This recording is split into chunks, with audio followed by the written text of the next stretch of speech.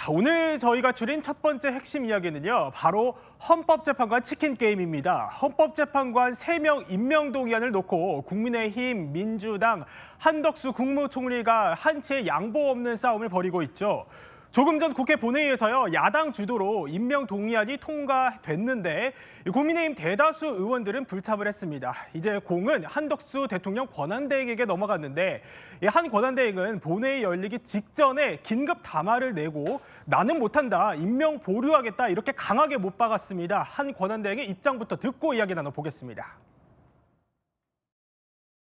대통령 권한대행은 대통령의 중대한 고유 권한 행사는 자제하라는 것이 우리 헌법과 법률에 담긴 일관된 정신입니다. 만약 불가피하게 이러한 권한을 행사해야 한다면 국민의 대표인 국회에서 여야 합의가 먼저 이루어지는 것이 지금까지 우리 헌정사에서 단 한 번도 깨진 적 없는 관례라고 생각합니다. 여야가 합의하여 안을 제출하실 때까지 저는 헌법재판관 임명을 보류하겠습니다.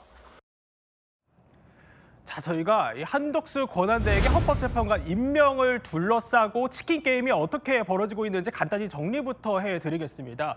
먼저 이 한덕수 권한대행 조금 전에 보신 것처럼 긴급 담화를 통해서 여야 합의 전까지 나 임명을 보류하겠다 이런 입장을 밝혔습니다. 국민의힘은요. 윤석열 대통령의 탄핵이 인용되기 전까지, 그러니까 탄핵 심판 이후에나 이게 임명이 가능한 일이지 지금으로서는 임명을 할 수 없다 이런 입장인 거고, 민주당은 한덕수 권한대행을 향해서 내란 대행이다 이렇게 쏘아붙이면서 한덕수 권한대행에 대한 탄핵안을 내일 표결에 붙이겠다면서 초강수를 뒀습니다. 자, 이런 상황에서 민현주 의원님 여쭤보면은 예정이 없는 긴급 담화를 한 권한대행이 바로 본회의 직전에 연 거거든요. 왜 이렇게까지 초강수를 뒀다고 보십니까? 아무래도 한덕수 권한대행의 임명권자가 윤석열 대통령이었고요. 그리고 집권 여당인 국민의힘과 이제 긴밀히 일을 이제까지 해왔기 때문에 심적으로 굉장히 큰 부담을 느끼는 것 같아요. 이미 예상은 하고 있었지만 그 이상으로 많은 부담을 느끼는 것 같고요. 그래서 저는 사실은 많은 분들이 예상하기는 받아들이지 않겠느냐라고 생각을 했는데 한덕수 권한대행이 역시나 그 심적 부담을 이겨내지 못하는 것 같고 다시 국회로 공을 돌렸습니다. 근데 이게 과연 국가와 국민의 힘에도 도움이 되는 결정인가에 대해서는 좀 더 생각해 볼 필요가 있어요. 국민의 힘이 사실은 지금 많은 혼란을 겪고 있는 건 사실입니다. 그런데 한덕수 권한대행조차도 이렇게 자신이 해야 하는 일을 지금 이 상황에서 국가를 안정시키는 일보다는 일단 이거는 누가 봐도 책임 회피라는 측면이 크거든요. 어떤 가부간의 결정을 하는 것이 아니라 국회로 공을 넘긴다는 것은 그래서 권한대행으로서 그 자리에서 할 수 있는 최선을 다해서 국가를 안정시키는 일에 먼저 그 총력을 기울여야 된다. 그러니까 책임 회피보다는 본인이 지금 있는 자리에서 최선을 다한 책임을 다 이행하셔라라고 저는 말씀드리고 싶습니다. 심적 부담 말씀을 하셨는데 근데 이게 사실 워낙 사상 초유의 일인 거잖아요. 그러니까 역사적으로도 봐도 지금 권한대행이 사실 세 번째고 고건 권한대행이 있었고 앞서서 황교안 권한대행이 있었는데 직접 황교안 권한대행 때 사례를 언급을 하면서 그때도 탄핵 심판 이후에나 임명이 이루어졌다. 직접 한 총리가 입장을 밝혔단 말이죠. 그러니까 역사적으로도 좀 심적인 부담이 있었다 이렇게 봐야 될까요? 그런 부담도 분명히 있죠. 그리고 그때는 지금 헌재가 6명밖에 없지 않습니까? 그때랑 지금하고 상황이 좀 더 달라요. 지금 굉장히 아주 어떻게 보면 빡빡한 상황이거든요. 한 명이라도 이탈됐을 경우에는 민주당이나 지금 많은 여론들에서 예상하는 것 같은 결과가 안 나올 수 있기 때문에 한 권한대행 입장에서는 내가 결정을 함으로써 내가 역사적인 심판을 받는다라는 부담을 갖는 것 같아요. 특히 보수권의 아주 극성 지지자, 열혈 지지자, 강성 지지층에게 많은 비판을 받을 것은 사실 어떻게 보면 예상될 수 있지 않습니까? 그 심적 부담감을 못 이겨내는 것 같은데 저는 그럼에도 불구하고 지금 이 상황에서는 지금 사회가 굉장히 많이 혼란하고 우리나라 경제가 큰 위기에 빠졌다라는 평가들이 많지 않습니까?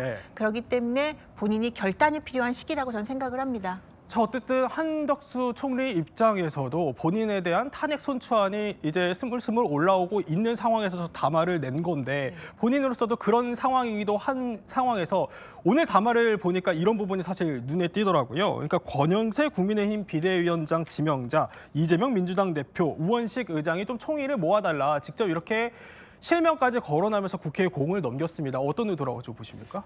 뭐 한덕수 총리가 여야 합의를 강조했는데 예. 사실은 지금 여당은 헌법재판관 임명하지 마라 했지 않습니까? 그런데 어떻게 지금 합의가 됩니까? 예. 그런데 아시다시피 헌법재판관은 추경호 원내대표 시절에 여당과 야당이 합의해서 세 분의 헌법재판관 후보를 추천했고 네. 또 인사청문회도 거쳤고 다 절차를 합법적으로 다 밟고 있는 겁니다. 그런데 갑자기 여당에서 헌법재판관 임명을 하지 말자는 거는 탄핵 소추 자체 재판을 자꾸 이제 연기하겠다, 질질 끌겠다는 건 아니겠어요? 예. 그 의도 때문에 나온 것인데 한덕수 총리가 여야 합의를 강조한 것은 사실은 합의가 안 될 것을 알면서도 그리 강조한 것 자체가 정말 오늘 그 궤변이고 좀 실망스럽다. 네. 사실은 헌법상 해석을 하기가 힘들면 한 총리가 그러면 헌법재판소의 입장을 존중하면 됩니다. 헌법재판소는 헌법이 여러 가지로 해석이 될 때 판결을 하는 최고의 헌법기관이지 않습니까? 헌법재판소는 헌법재판관 이런 사항에서 임명할 수 있다. 네. 더더군다나 여야 합의로 국회에서 추천하는 몫이기 때문에 원래 대통령이 정상적으로 있어도 행식적으로 사인만 하는 그런 요식 절차의 권한일 뿐인데 당연히 할 수 있다라고 이야기했죠. 그리고 국민의힘의 헌법재판관 그 후보자조차도 할 수 있다라고 이야기를 했는데 총리가 이렇게 여야 합의를 강조하면서 기만하는 것은 정말 이해하지 못할 일이다. 그렇게 생각합니다. 자, 어쨌든 공은 다시 국회로 넘어왔지만요. 여야 합의는 상당히 또 요원해 보입니다. 민주당 말씀하신 것처럼 당장 또 발끈했습니다. 한덕수 권한대행이 아니라 내란대행이다 이렇게 쏘아붙이면서 결국 한덕수 권한대행에 대한 탄핵안을 즉각 발의해서 조금 전에 국회 본회의에 보고를 했습니다. 권한대행이 아니라 내란대행임을 인정한 담화였습니다.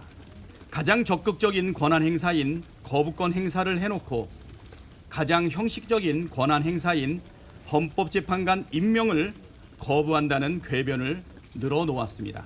민주당은 한덕수 총리 탄핵안을 즉시 발의하고 오늘 본회의에서 탄핵안을 보고하겠습니다. 자, 그러니까 오늘 보고가 됐고 내일 한덕수 권한대행의 탄핵안을 표결을 추진하는 건데 이렇게 되면 사실 사상 초유의 연쇄 탄핵이다 이런 얘기까지 현재 나오고 있습니다. 야당으로서는 어떻게 보면 이게 전례가 없는 일이기 때문에 뭐 대외 신인도가 떨어질 수 있다 이런 우려들도 나오는데 그럼에도 불구하고 뭐 여론 부담에도 이걸 강행하겠다 이렇게 봐야 될까요? 그렇습니다. 지금 한덕수 총리가 방금 지적한 대로 예. 여당의 일방적인 정략적인 주장 탄핵의 속도를 최대한 늦추겠다는 그런 그 저희를 가진 여당의 일방적인 편만 들어서 여야 합의를 강조했을 뿐입니다. 네. 그런 상황에서 탄핵을 하면 또 대행 후에 또 대행을 뽑아야 되는 대행을 뽑아야 되는 그런 혼란을 충분히 예견하면서도 이렇게 무책임한 결정을 한 것은 네.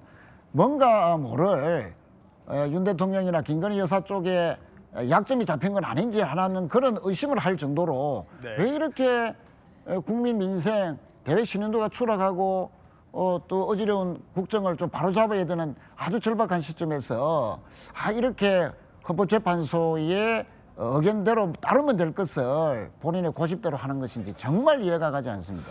그런데요, 민주당에서 조금 전에 어쨌든 한덕수 권한대행에 대한 탄핵안을 발의하면서 이 탄핵의 가장 큰 사유로 꼽은 게 내란 계획을 사전에 보고받았다 이 점을 짚었습니다. 여론이 야당 쪽으로 기울 거라고 보십니까? 그러니까 이게 민주당이 예. 저는 스텝이 꼬였다고 생각을 해요. 민주당이 처음에 윤석열 대통령 탄핵을 주장할 당시에 예. 사실은 국무회의를 거쳤느냐 안 거쳤느냐 그 논란이 있으면서 당시에 국무회의에 있었던 국무위원들도 탄핵 대상이라고 얘기를 했었거든요. 예. 그러면서 지목했던 게 한덕수 전 국무총리였습니다. 한덕수 국무총리가 거기서 내란을 동조했느냐 방조했느냐 해서 같이 탄핵을 해야 한다라고 주장을 했다가 예. 윤석열 대통령 탄핵안이 통과되고 한덕수 권한대행 체제가 예상이 되면서 어떻게 보면 유화책을 쓴 것 같아요. 그러니까 민주당 입장 입장 자체로는 탄핵을 해야 된다고 말을 해놓고 내란 네. 공조자라고 얘기해놓고 갑자기 대통령 탄핵 된 다음에는 입장을 바꾼 거죠. 예. 아마 한덕수 권한대행이 민주당과 협력을 해서 이 지금 어려운 상황을 잘 넘어갈 수 있을 거라고 예상을 한 것 같은데 한덕수 권한대행이 예상 밖으로 뜻대로 안 돼. 헌재 재판관도 임명하지 않겠다. 그리고 통과됐던 양곡법이라든지 이런 거부권도 행사하고 김건희 여사 관련된 특검법도 거부권을 행사할지도 모른다라는 예상이 나오니까 이제 와서 다시 원점으로 돌아가서 네. 한덕수 국무총리 탄핵하겠다라고 얘기를 하는데요.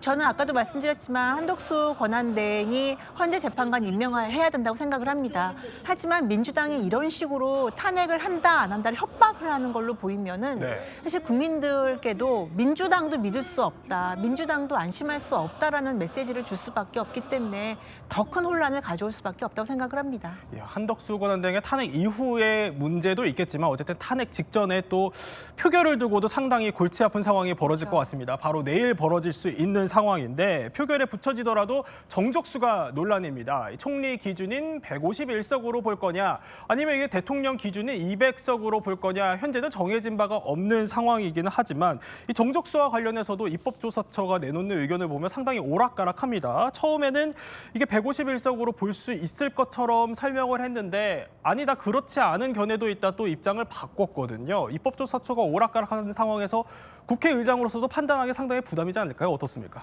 네, 그렇습니다. 상당히 큰 부담이 있을 걸로 보입니다. 예. 결국 문제가 되는 것은 이러한 상황에서 적용할 수 있는 헌법 규정이 사실 없기 때문에 그렇습니다. 뭐 헌법이야 원래는 뭐 간결하고 또 함축적으로 규정을 하고 있지 이렇게 상세하게 발생할 수 있는 사정들을 모두 고려해서 규정을 해놓은 것은 아니기 때문에 그렇군요. 이렇게 예. 지금 처음 일어나는 이 권한 대행에 대해서 탄핵을 할 경우 얼마의 표가 필요한지에 대해서는 규정이 없다 보니 사실 그것을 판단하는데 여러 가지 의견이 나오는 것 같습니다. 예. 그렇기 때문에 뭐 지금 200석이냐 151석이냐 또 지금 입법조사처에서는 다수의 견해는 탄핵 사유가 발생한 시점을 기준으로 해서 만약 그게 권한대행 이전의 사유다라고 하면 뭐 총리 기준으로 해서 151석 표가 필요하다. 예. 그런데 그 이후의 사유라면은 대통령과 마찬가지로 200석이 필요하다라는 그런 의견도 있다. 이런 식으로 조금 애매한 그런 네. 의견을 내고 있는 것으로 보입니다. 그러면은 여러 가지 사유가 있는데 그 탄핵안 안에 뭐 내란에 동조했다 이 부분은 총리 시절에 대한 사유일 수 있고 지금 특검법들에 대해서 사실상 거부권을 행사할 수 있다 이런 우려에 대해서는 그러면 이거는 권한대행의 사유니까 여러 가지 혼재되어 있는 거 아닙니까? 네, 그렇습니다. 그래서 사실 의결이 진행된다 하더라도 예. 결국 그 사유가 적혀 있는 내용 그대로 봤을 때 그렇다면 이게 총리 시절의 문제이냐 네. 아니면 사실은 이제 권한 대행 당시의 문제를 삼아서 탄핵을 한 것 아니냐 예. 이런 이야기도 분명히 나올 수 있는 그런 논란에 있는 그런 내용들이라고 보여집니다. 그렇군요. 국민의힘은요 이런 가운데 이런 논리를 좀 펼치고 있습니다. 헌법재판관을 함부로 임명하면은 탄핵 심판 자체가 무효화될 수 있다. 이게 권성동 원내대표의 주장인데. 그러니까 설명하자면 이렇습니다. 윤 대통령 탄핵 심판에서 검사 역할을 맡은 국회가 이 판사에 해당되는 헌법재판관을 임명하게 되면 이거 개입할 수 있는 여지가 생긴다는 겁니다. 민주당은 국정 초토화 작전을 당장 멈추길 바랍니다. 탄핵 소추 있는 국회가 탄핵을 심판하는 헌법재판관을 추천하는 것은 마치 검사가 판사를 고르는 것과 마찬가지입니다. 국회가 추천한 헌법재판관 3인 임명을 함부로 강행하면 탄핵 심판 자체가 무효화될 수도 있는 중대 사안입니다. 자, 권성동 원내대표 이렇게 단속에 나섰습니다. 그러니까 이 헌법재판관 임명을 강행하면 이거 탄핵 심판 자체가 무효화될 수 있다. 그래서 우리는 임명하면 안 된다는 논리가 명확하다. 이렇게 단속에 나섰는데 그런데 조금 전에 이 표결을 했을 때 보면은 조경태, 김상우, 김예지, 한지아 의원 이 4명이 이 헌법재판관 임명 동의안 표결에 참석을 했더라고요. 여권에서도 이탈표가 감지되는 분위기입니다. 사실은 저는 탄핵에 찬성했던 예. 표수가 18표 아니었습니까? 그래서 어느 정도 그 정도의 규모가 나오지 않을까 했는데 그거보다는 확실히 적어졌고요. 소위 말해서 당내에서 친한계라고 이제 많이 이야기하는 의원들 중심으로 오늘 당론과는 반대로 들어가서 표결을 한 것 같습니다. 그러니까 예. 본인들의 논리적인 일관성을 유지하기 위해서 한 것 같아요. 근데 제가 알고 있는 국민의힘 내부 상황은 네. 사실은 저 네 분보다는 더 많은 의원들이 문제의식을 갖고 있는 있는데 당론이라는 것 때문에 그 부담감을 느껴서 표결에 참여는 못한 것 같고요. 그래요? 예. 권성동 의원 원내대표의 저 발언은 사실은 평상시 같으면 어느 정도 설득력을 가질 수 있을 것 같아요. 네. 뭐 국무위원 탄핵이라든지 이런 부분에서. 근데 지금 상황은 대통령의 비상 계엄을 한 거에 대한 네. 국민들의 탄핵 요구가 있었고 국회에서 탄핵이 된 상황에서 권성동 원내대표의 저 논리가 얼만큼 설득력을 가질지는 저는 좀 의구심이 있습니다. 그러니까 사실 내 표보다는 더 있을 수 있었는데 네. 지금 당론으로 채택했기 네. 때문에 이게 눈치가 보여서 내 표밖에 안 나온 거다. 이런 그렇죠. 생각이 제가 있습니다. 경험한 국민의힘 내부는 어떤 백그라운드의 국회의원들이 들어오시든 굉장히 당론에 대한 존중을 하는 문화가 있어요. 그래서 대표단을 중심으로 당론이 정해졌을 경우에는 사실은 의원들의 개인적인 생각도 상관없이 참여 안 하는 경향이 좀 있습니다. 네. 예,